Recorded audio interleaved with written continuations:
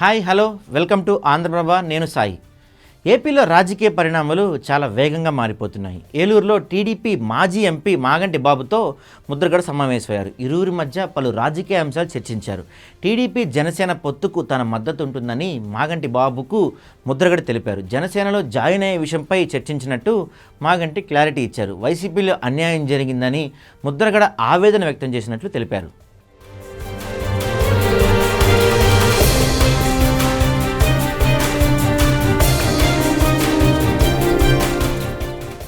కోట్లు పెట్టగలిగితేనే వైసీపీలో సీటు వస్తుందని, తమలాంటి వారికి అన్యాయం జరుగుతుందని ముద్రగడ వాపోయారని మాగంటి బాబు తెలిపారు. జనసేనలో చేరేందుకు సిద్ధంగా ఉన్నట్లు ముద్రగడ చెప్పినట్లు ఆయన తెలిపారు. ఈ మేరకు తాము కూడా ముద్రగడను ఆహ్వానిస్తున్నామని తెలిపారు. పవన్ పార్టీలో చేరిక విషయంపైనే తమ భేటీ ప్రధానంగా జరిగినట్లు మాగంటి బాబు చెప్పారు. తమ ఫ్యామిలీతో ముద్రగడకు ఎప్పటి నుంచో రాజకీయ అనుభవం ఉందని మాగంటి బాబు చెప్పారు. ఈ అభిమానంతో తనను ముద్రగడ కలిశారని, తామంటే ముద్రగడకు చాలా గౌరవం ఉందని, తాము పిలిచినా పిలవకపోయినా తమను కలిసేంత అనుబంధం ముద్రగడతో ఉందని మాగంటి బాబు చెప్పారు.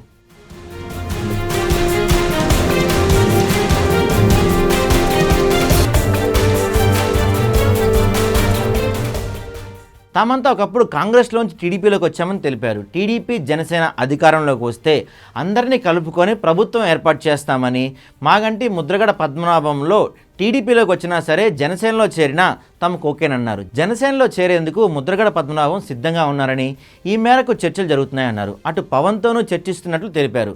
త్వరలోనే పవన్తో ముద్రగడ భేటీ అవుతారని మాగంటి బాబు వెల్లడించారు.